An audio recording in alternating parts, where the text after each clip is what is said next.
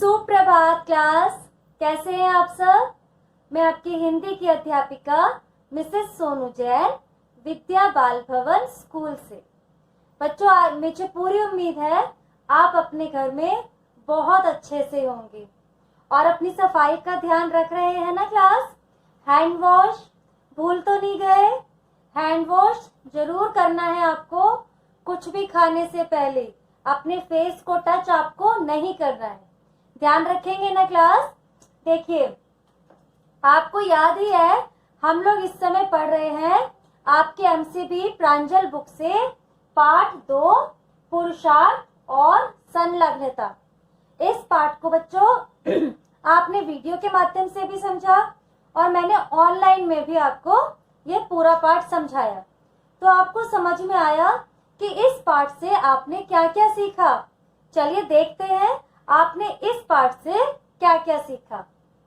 आपने क्या सीखा? फर्स्ट लाइन देखिए, पुरुषार्थी और दृढ़ निश्चयी बनना। इस पाठ से आपने सीखा कि मनुष्य को पुरुषार्थी होना चाहिए। पुरुषार्थी का मीनिंग आप जानते ही हैं। अपने कार्य को जो मन लगाकर पूरा करते हैं वो पुरुषार्थी होते हैं और जिनमें दृढ़ निश्चय होता है। किसी भी काम को करने के लिए जो हमें मन में विश्वास चाहिए वो दृढ़ निश्चय एक पुरुषार्थी में ही होता है। दूसरा है किसी भी कार्य को पूरी निष्ठा के साथ करना। कोई भी काम है, चाहे छोटा काम है चाहे बड़ा काम है, आपको उसे अपने पूरे मन से करना। कहते हैं ना, पूरा 100% देना। जैसे आपकी बुक में भी हमने एक स्टोरी पढ़ी थी कि काम बहुत छोटा था लेकिन फिर भी उसके लिए वो पूरी 100% तैयारी करके जाते थे। चाहे उसमें यूज हो एक चीज, लेकिन वो लेके जाते थे 10 चीज। फिर अगला है लक्ष्य प्राप्ति के लिए दिन रात एक करना। जब तक हमें अपना लक्ष्य ना मिल जाए, जो हमारा मोटिव है, जिस चीज को हम पाना चाहते हैं, जब तक हमें वो नहीं मिल जाता है तब तक मेहनत करनी नहीं छोड़नी है। दिन या रात का समय नहीं देखना है। जितना हमें समय मिलता है, जितनी हमारे अंदर कैपेसिटी है, हम उस काम को पूरा करने में लगा देते हैं। अगला है बाधाओं के सामने घुटने ना टेकना। यह भी आपने पढ़ा था कि बहुत काम करते समय बहुत परेशानियां आती हैं, अनेक मुश्किलें आती हैं, लेकिन उनके आगे घुटने ना टेकना अर्थात उनके आगे हार ना मानना, यही एक पुरुषार्थ है। ठीक है क्लास, तो समझ में आया आपको। आपने इस पाठ से बहुत सारी अच्छी चीजें सीखी हैं। पुरुषार्थी को दृढ़ निश्चयी होना चाहिए, हमेशा अपना काम निष्ठा के साथ करना चाहिए, पूरी लगन के साथ करना चाहिए और काम को पूरा करने में दिन रात सुख दुख कुछ नहीं देखना चाहिए। अपना कार्य हमें पूरा करना है और मार्ग में आने वाली रुकावटों का भी सामना करना है। उन्हें देखकर हमें घबराना नहीं है, ना ही घुटने टेक देने हैं। बहुत अच्छा पाठ रहा क्लास। आपको इस पाठ के शब्दार्थ करवा दिए गए हैं और नए शब्द भी आपको मैंने टिक लगवा दिए थे। क्लास, मौखिक प्रश्न उत्तर आप कर चुके हैं। आज हम करेंगे आपके इसी पाठ के लघु उत्तरीय प्रश्न। ठीक है, तो अपनी नोटबुक्स ओपन कीजिए क्लास। उस पर आज की डेट नोट कीजिए। आज तारीख है 20 जुलाई 2020, दिन है सोमवार, कक्षा कार्य, और यहाँ पर आपकी हेडिंग होगी पाठ 2 पुरुषार्थ और संलग्नता। रेडी है क्लास? देखिए, आपको मैं अब ये पीडीएफ के माध्यम से करवाऊंगी। आप अपनी नोटबुक्स ओपन कीजिए। देखिए, आपने अभी करे हैं अपनी वीडियो में मौखिक प्रश्न उत्तर आप कर चुके हैं।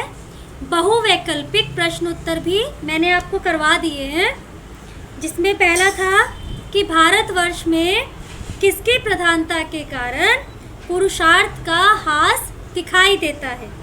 वो क्या है? भाग्यवाद। भाग्यवाद के कारण भारतवर्ष में पुरुषार्थ का हास दिखाई देता है। पुरुषार्थी मनुष्य क्या नहीं गिनता पुरुषार्थी मनुष्य दुख सुख अपने नहीं देखता। वो नहीं देखता कि उसे दुख मिला है कि सुख मिला है। उसे सिर्फ अपने काम से ही मतलब होता है। फिर यहाँ देखिए, ग वाला, कैसा मनुष्य कभी भी सफल नहीं हो सकता। कैसा मनुष्य सफल नहीं हो सकता? लक्ष्यहीन। जिस मनुष्य का कोई लक्ष्य नहीं है वह सफल नहीं हो सकता। ठीक है। किसके बिना उत्साह नहीं आता? किसके बिना उत्साह नहीं आता? आत्मविश्वास। आत्मविश्वास यानी कि जो हमारा सेल्फ कॉन्फिडेंस है, उसके बिना आपके अंदर उत्साह नहीं आ सकता।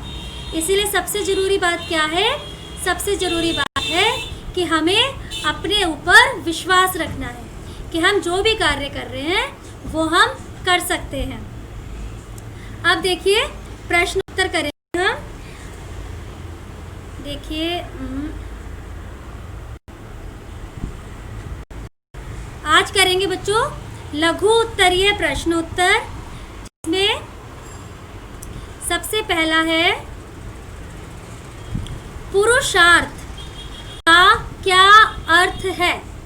पुरुषार्थ आप समझते हैं? दृढ़ निश्चय के साथ अपना कार्य करने वाला। तो यहाँ पर देखिए, हम उत्तर में क्या लिखने वाले हैं?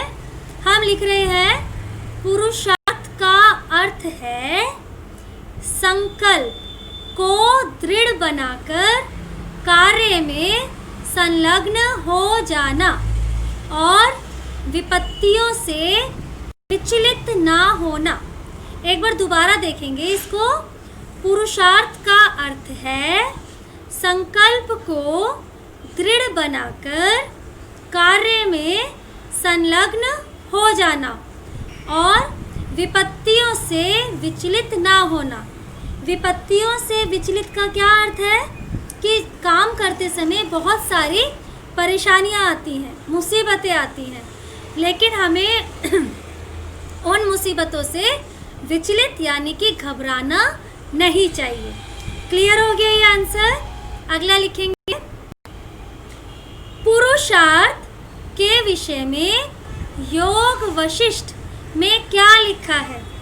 योग वशिष्ठ में पुरुषार्थ के विषय में क्या लिखा हुआ है?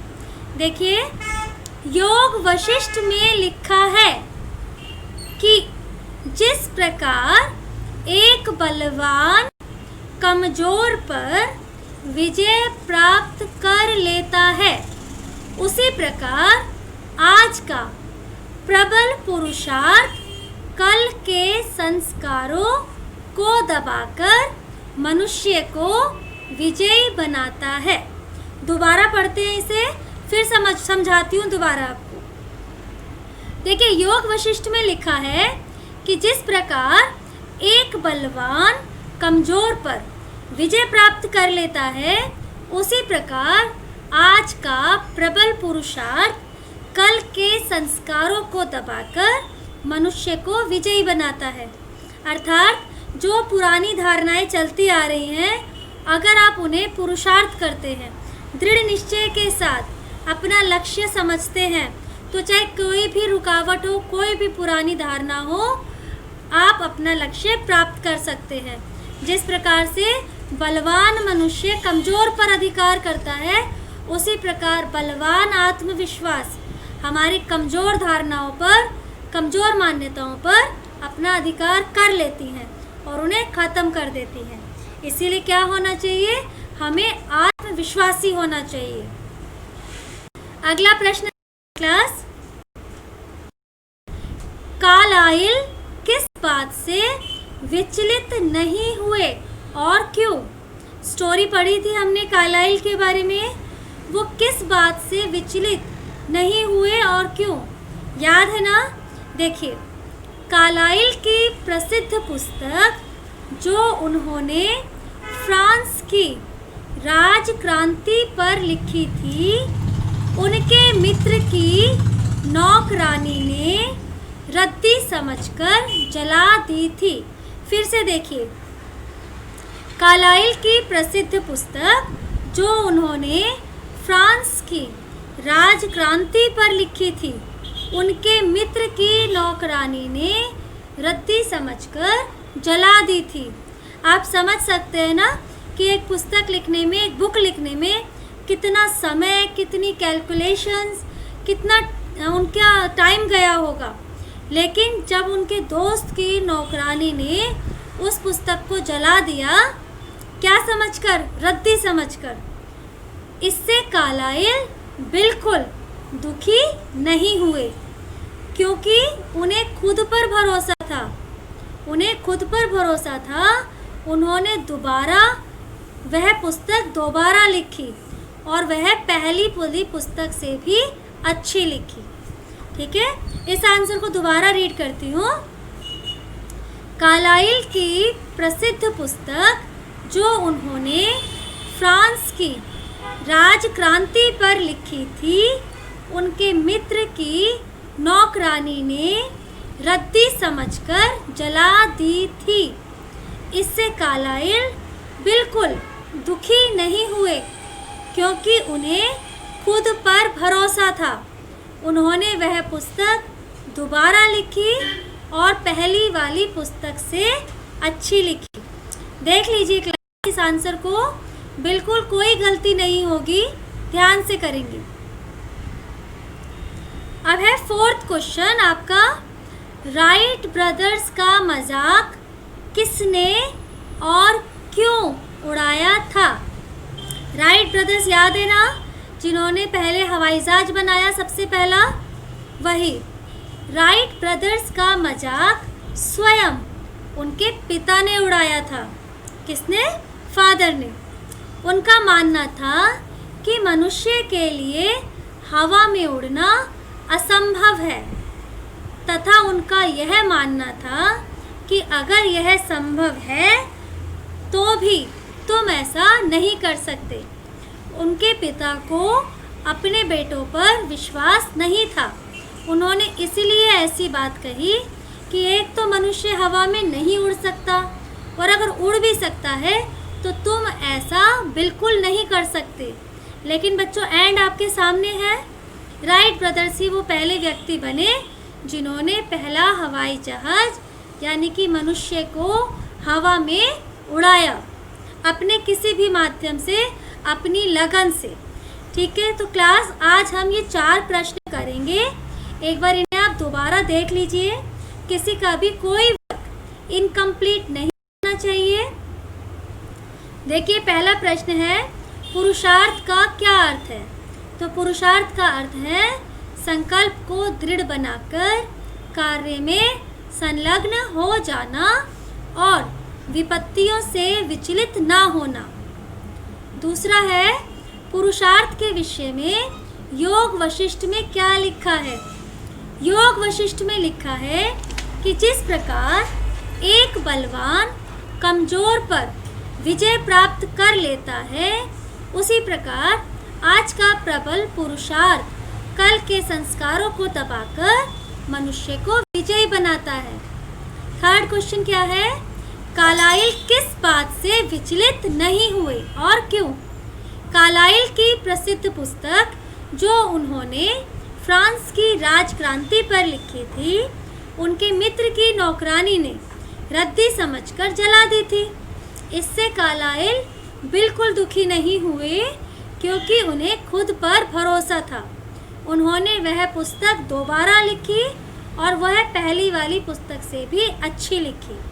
लास्ट क्वेश्चन है, राइट ब्रदर्स का मजाक किसने और क्यों उड़ाया था? तो राइट ब्रदर्स का मजाक स्वयं उनके पिता ने उड़ाया था। उनका मानना था कि मनुष्य के लिए हवा में उड़ना असंभव है, तथा उनका यह मानना था कि अगर यह संभव है तो भी तुम ऐसा नहीं कर सकते। क्लास लघु उत्तरीय प्रश्न हो गए हैं। अब दीर्घ उत्तरीय प्रश्न मैं आपको कल ऑनलाइन क्लास में करवाऊंगी। ठीक है क्लास, इन्हें आप अपनी नोटबुक में नोट कर लीजिए। Okay, have a nice day class. कितने मिनट की